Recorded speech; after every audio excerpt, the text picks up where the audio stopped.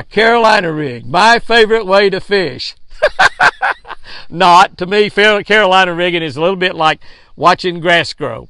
But what is one way you can change up your Carolina rig fishing with perhaps a different bait than you might normally use and have some exciting results? This one might catch you off guard, but I tell you, it's fun and it's productive. I learned about it down in Georgia.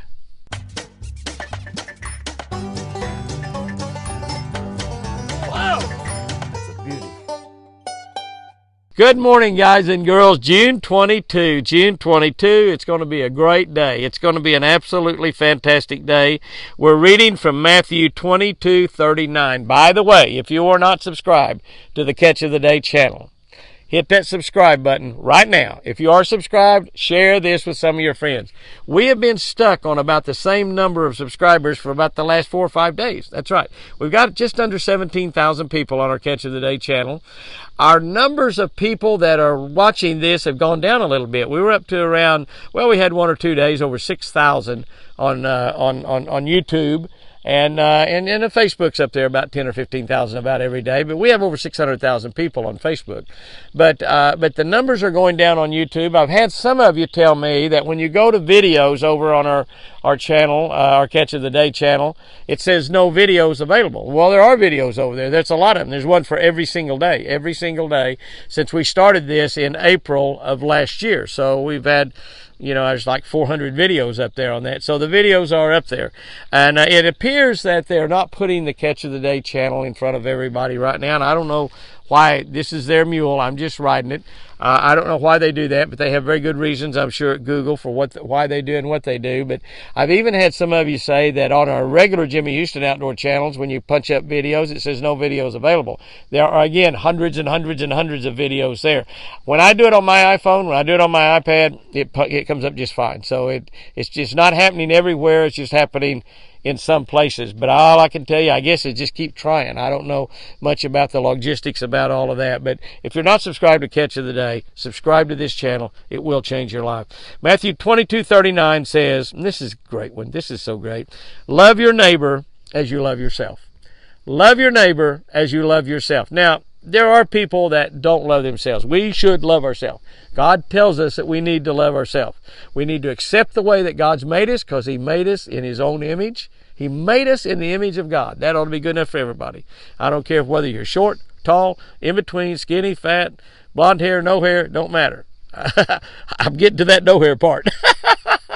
I have not cut my hair since Chris got sick, and so it's getting a little long in places, but that's okay. I kind of like it. Some of y'all said I look like an ugly old lady, and no offense to ugly old ladies. All right, here we go. We're looking at June 22. Love your neighbor as you love yourself. Very simple thing that God's asked you to do. If you have the opportunity to fish a good smallmouth lake, never, ever underestimate a spinnerbait, even in the hot summertime. Right now, those brown fish really love brightly colored blades. Solid chartreuse, solid white, or any combination of the same work best. Any combination of chartreuse, any combination of solid chartreuse, one of each. Also, you could tip any of those blades with fluorescent red, and that'll help also. Love also shines brightly. Just like those brightly colored blades, love shines brightly, and it attracts others. That's exactly right. If you love, it will attract other people. It will attract them to you. Jesus commands us to love others as we love ourselves. What He's really telling us to do is to take care of the needs of others just as we would take care of our own needs. Take care of the needs of others just as we would take care of our own needs. This is showing love, not merely talking love. Reach out today and fill the needs of a neighbor. Reach out and fill the needs of a neighbor. Fill their needs, whatever that might be. It might be just a simple smile, or hello, or a cup of coffee, or buying their lunch.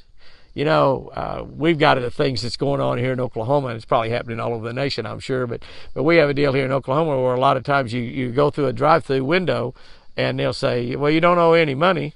You don't owe any money. The guy ahead of you paid it. It's called paying it forward. I guess it'd be paying it backwards to the car behind you. And you say, really? And so you take whatever it is and you say, how much does the guy behind me owe? And they say, well, he owes $8.22. So I give him a $10 bill and tell him to keep the change. Everybody's happy. Everybody's happy. And he might do the same thing. And it's amazing, they say, some of these places, how that happens. And sometimes it'll go several cars before the chains is broken. And it's just simply showing love. It's showing some love to somebody you don't even know. You know, a lot of times at restaurants, people pay our dinner. Many times I've gone to pay out, and they say, well, I'm sorry, that gentleman that was sitting right over in that corner paid your bill. I say, where? I said, was he a guy that had a hat on that said whatever on it? Yeah, that was him. Where is he? Well, he already left, but he told me to give him your ticket, and he paid your bill. And we've done that with a lot of people too, and it's amazing. It's amazing how much, I appreciate it. We could afford to buy our own lunch, and the people we buy for, we can afford to buy their own lunch. But it's just showing love, and it's just showing love and taking care of the needs of others, just like your own needs. You have a need to eat lunch, you have to pay for it. The other person has a need to eat lunch, you're paying for his lunch. Whether they can afford to pay for it or not, that's not in question. It's just showing a little bit of love. Reach out to fill the needs of a neighbor today. And remember, your neighbor just might need Jesus. And you could be the perfect person to fill that need. You can show Jesus in showing that love. And that might be the only Jesus that person ever sees. And you can talk to them, and you can tell them about Jesus and bring them to the Lord. Here's our tip for today, and it's a good one. I know I've talked a lot, and it's getting kind of long here. A crankbait or a jerkbait can be used in on a Carolina rig instead of soft plastic. You hear me? A jerkbait or a crankbait. Because a Carolina rig, not a Carolina rig, some of you that don't really understand what we're talking about on a Carolina rig. On a Carolina rig, you have a swivel and sometimes a little plastic bead or something on there, something that will make a clicking noise as a swivel. And above the swivel, you have a weight. And then behind this swivel, you have a piece of line. It might be a couple foot long. It might be 6 or 7 foot long. Back on the end of it, you have a hook. Now, you're dragging the weight on the bottom, and your bait is coming along back behind it. So your hook's here, your bait's way back here. And you have it behind it. So you're bringing this worm, and it comes up, and it falls. And this is kicking up dust and stuff and silt off the bottom. And if you've got a silty bottom, it works really, really good. Kicking up silt off the bottom, and the bass sees that, and he looks back there, and here's a worm or a crawfish or some sort of soft plastic back here behind it, and he comes over here and bites it. It's a great way to fish. Very, very slow. It's not really that much fun. But here's what I learned down in West Point Lake years ago. How I learned it was I got hung up on this crankbait, and my line was stronger than it, and I pulled this crankbait up, and it had a Carolina rig on the front of it. And I said, well, I'll be dang. Somebody is Carolina rigging a crankbait. So I started trying to do that, and I started catching fish. It works really good. So you got a weight, you got a line coming back behind it, a couple foot long, 3 foot long, 4 foot long, and you put a crankbait on there. Use a crankbait that floats, not one that sinks, but one that floats. So use a crankbait or a jerkbait. So as you drag this along the bottom, your crankbait is just wiggling back here. When you stop, it floats up a little bit. And it can't go very far because it's tied to this line down there. A couple foot's all it can do. You drag it along and it starts wiggling, going down to the bottom again. It is a dynamite, great way to catch fish on a Carolina rig. If you haven't tried that this summer. Let me know how it works, because I promise you, it will catch fish. Guys and girls, go out there and have you a great one today. And remember, I sure do love you.